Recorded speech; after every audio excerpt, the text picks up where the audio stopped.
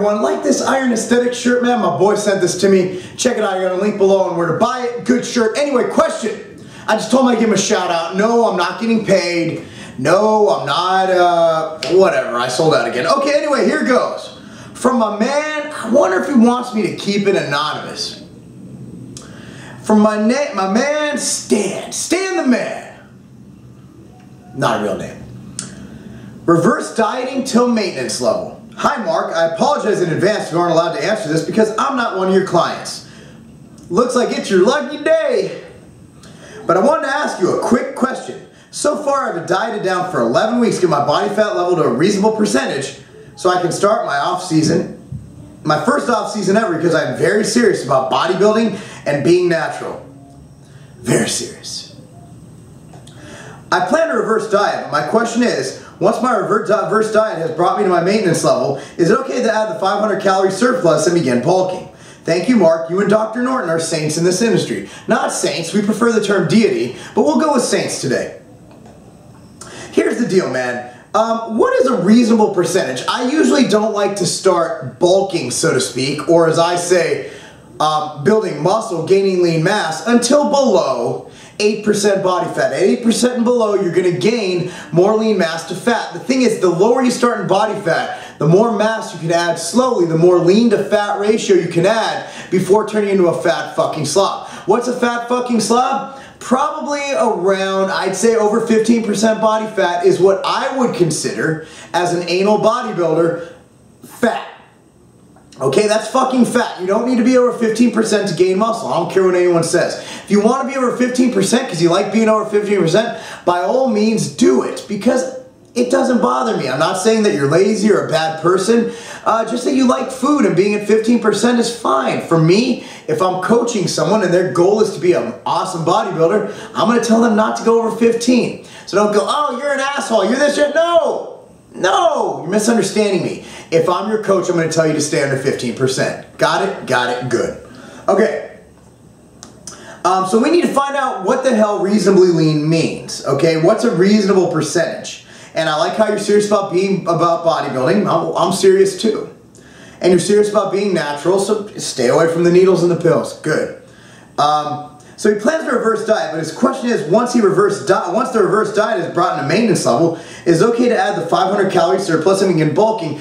I think that's a really stupid way to bulk, and I also don't think maintenance levels exist. Let me tell you about this stupid fairy known as the maintenance level. The maintenance level changes on a daily basis. What if, let's say the other day, okay, I have a desk job. I sit behind a desk, look at numbers, and answer questions all day, okay? I'm a businessman. I'm on phone calls doing my thing. The other day, I had moved my house. I was packing and lifting boxes all day. What was my maintenance level? What if I parked further away from the grocery store? What if I strained a little more while taking a shit?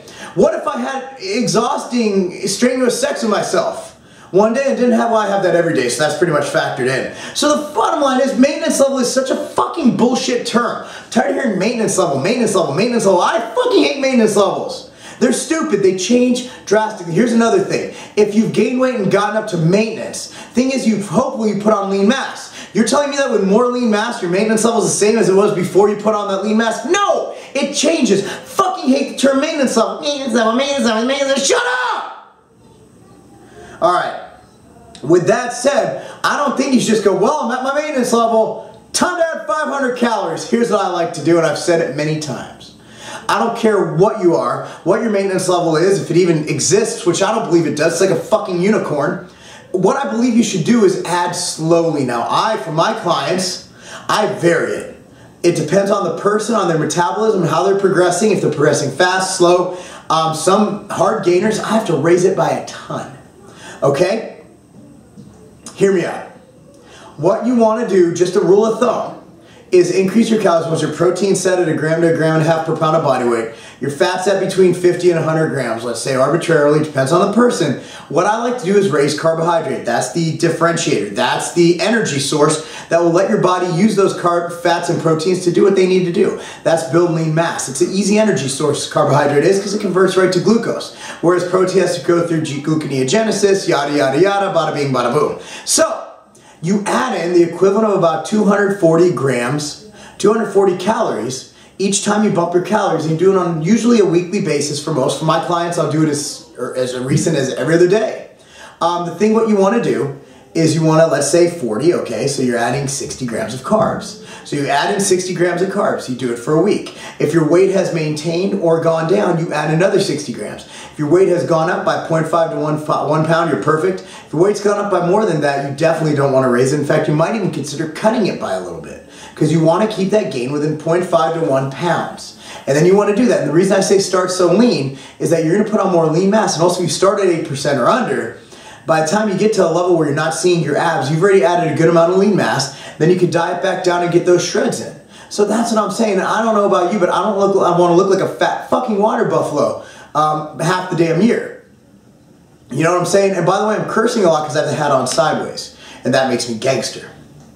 Okay, so that's pretty much it, man. I really don't like arbitrary numbers, and that's why I recommend hiring a coach. I recommend looking into Dr. Lane Norton or Mr. Marc Machine Lobliner. I recommend John Otis Hollywood. I recommend a Jason Theobald. I recommend having a trainer to show you the way, because obviously you're going by what you read online, and they're so general and bullshitty. You know, like I was going to another website. It was, you know, it might rhyme with bb.com, and they have these like maintenance calculators, this and that. That's so generalizing. Your body, what Chuck Rudolph and I used to say at my old company, the body is not a textbook. You can't put ratios because they're all unique. That's why you need a coach who's not a cookie cutter coach, who can actually read into what your body's doing and adjust accordingly. All right, that's all I gotta say. I appreciate you watching this, and no, there is no, don't just add 500 calories in after you reached your magical maintenance level. I'm Marc Lobliner, TigerFitness.com, Machine Militia, because becoming a fat tub of lard because you believe maintenance calories exist, they're not a game.